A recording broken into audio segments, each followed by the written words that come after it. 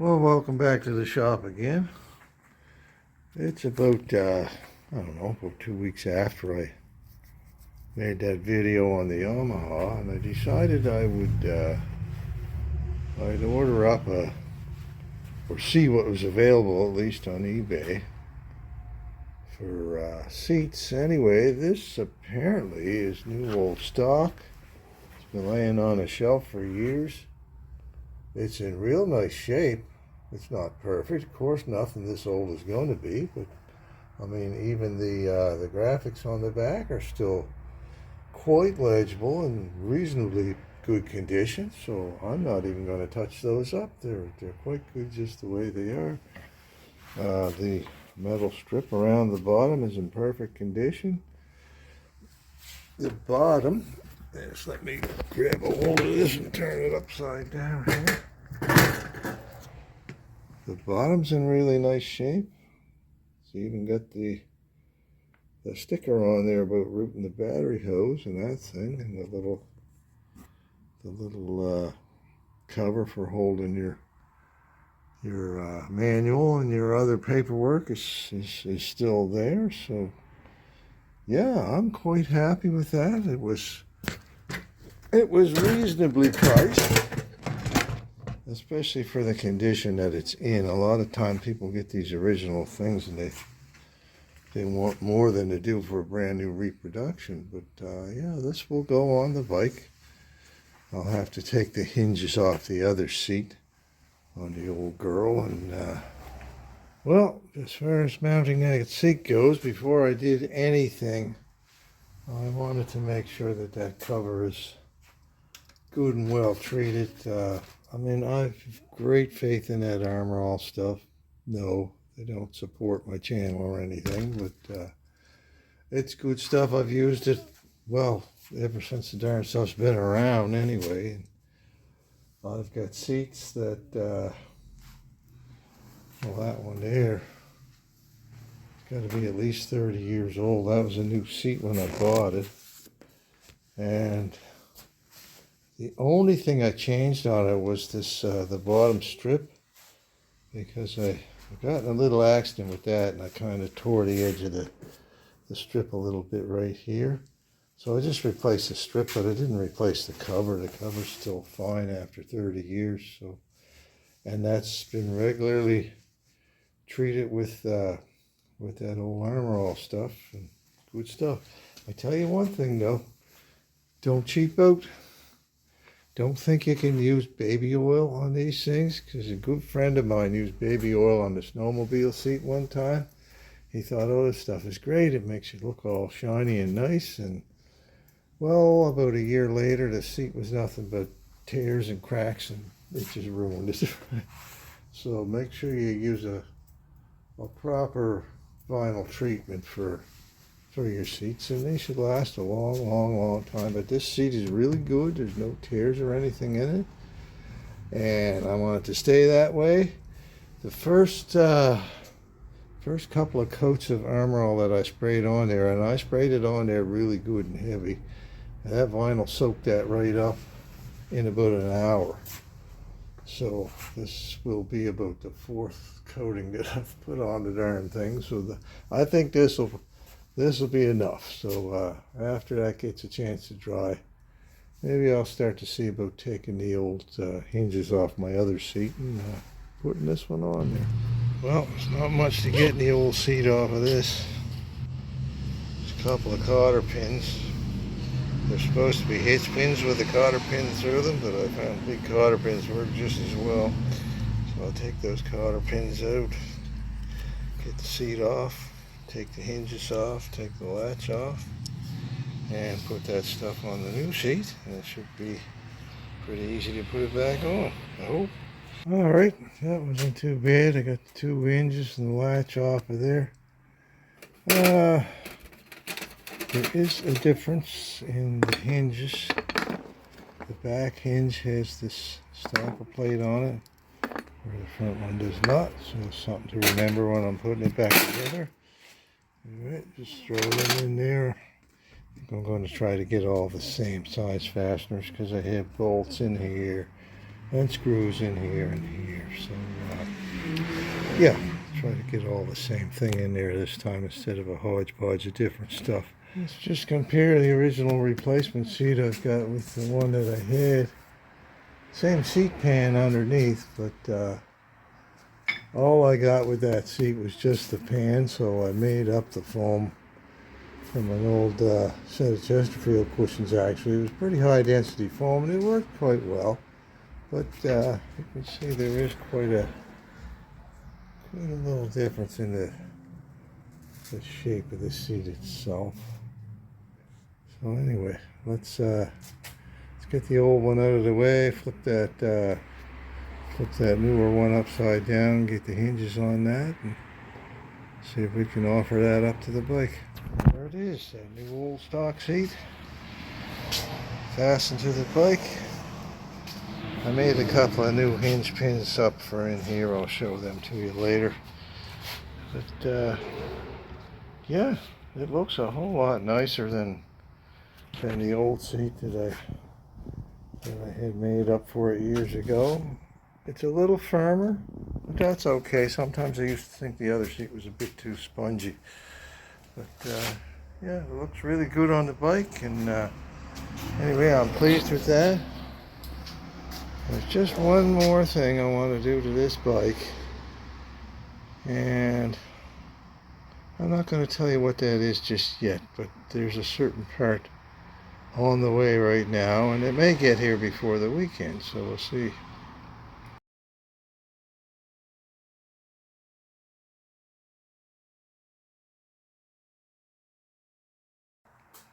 So, I told you there was something else I wanted to do to this bike. And I'm going to show you what it was, unless I break it first. Anyway, that little box came this morning. Well, I just dropped it off from courier there. I have never liked that little tail light on the back of this bike. It always, to me, it gave it the whole back end of the bike a kind of a foreshortened look to it. It just never looked right. And when I look at pictures in, you know, on like Google and that sort of stuff, you look at pictures of this Yamaha 650s, they had that longer tail light that kind of hung out over the back a little bit past the fender and that. So, let me show you what came in this here. There's a nice lens in the back and plate to it.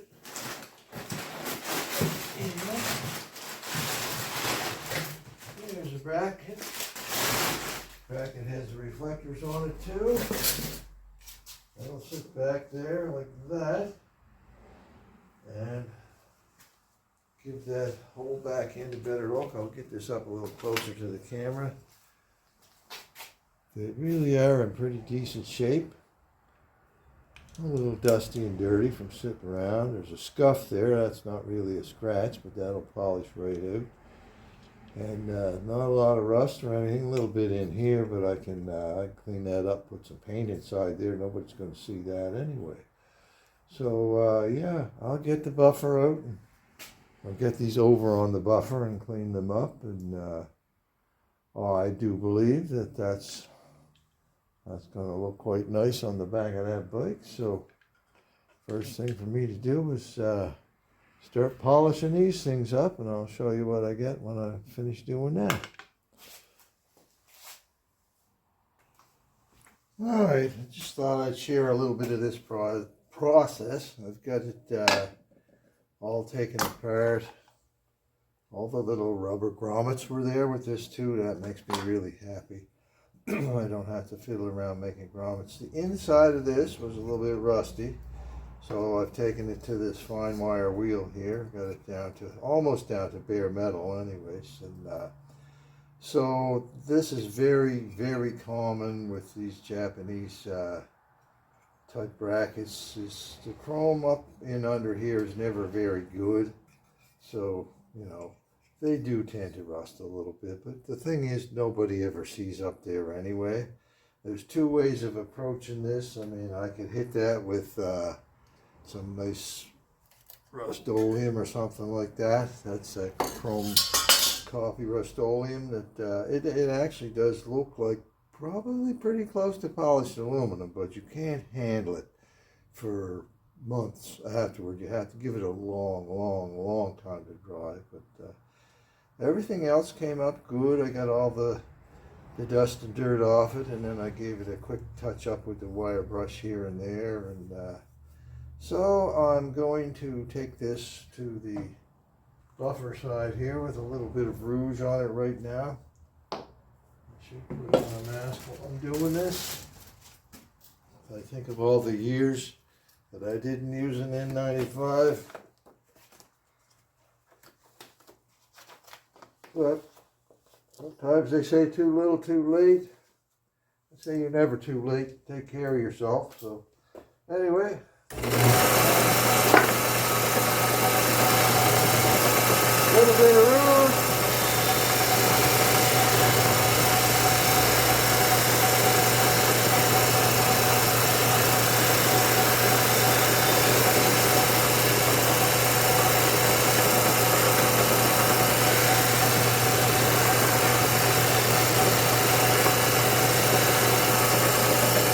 Polishing up really nicely.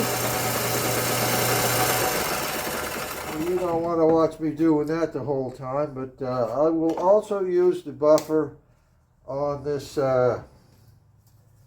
lens as well, and on the reflectors. The only thing I'm going to tell you is do not press hard when you're using a buffer on plastic. It generates heat. You'll melt the plastic and ruin it, and then you'll have to get something like 400 grit water paper and sand off the parts that you messed up. But if you just apply a light pressure and don't stay in any one spot at the same time, you can get that looking just like a brand new taillight lens. So I'm going to get busy here. I'm not going to make you watch me do all this stuff, but I'll show you what I've got done when I'm finished. And I wanted to just show you on that tail light. I don't know if the camera will pick that up or not, but this side has not been polished, and this side has. See, yeah, I think the camera will probably pick some of that up anyway, though. The top side has been polished. There was a little scratch there, but I'm not going to worry too much about that. You know, it's part of the history of the machine, so whatever machine this came off, that little scratch, I can live with that. If I can't live with it, I can just buy a new lens. But that's what it looks like before I start, and that's what it looks like after I'm done. So I'm just going to turn the buffer on real quick and show you just very light pressure. Don't stay in one place for very long. I have got this thing quieted down an awful lot from what it used to be, but it still does make a bit of noise, so sorry about that.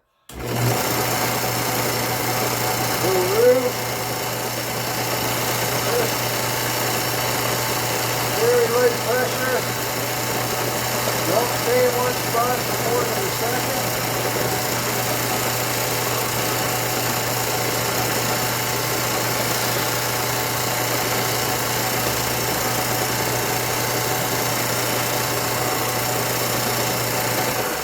Now that was just after that short period of buffing. You can see how much shinier that was than what I showed you before. So I'll carry on with this clear section here now.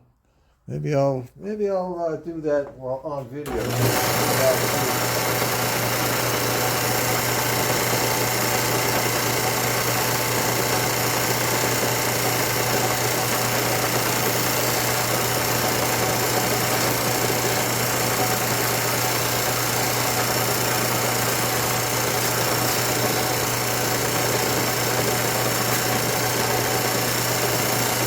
There's half of it done. This half here, that part isn't done yet. So anyway, don't let the buffer grab this on any edges, because if the buffer throws that plastic lens, it's done for.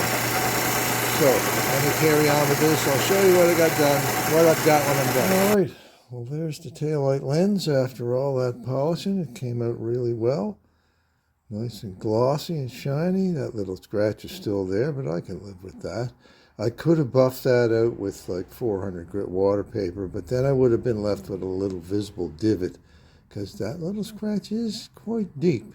If it was just a light scratch, I could have buffed it out. But anyway, like you can do this with almost any kind of a taillight lens. If you've got an old one that's, you know, dirty and dusty and scuffed up and you want to make it look like brand new, well, that's how you do it. Just don't press too hard and don't stay in one spot for any long periods of time. And if you do happen to do that and you melt a little spot on the taillight lens, just stop what you're doing, buff it off again with some 400 grit water paper, get a good surface again, and again you can polish that right up to a gleam and shine, because I did take a good amount of rubbing and scrubbing with a piece of 400 grit on that area right there. But yeah, so that's what, don't throw stuff away because they can be cleaned up like that. Just thought I'd share that with you.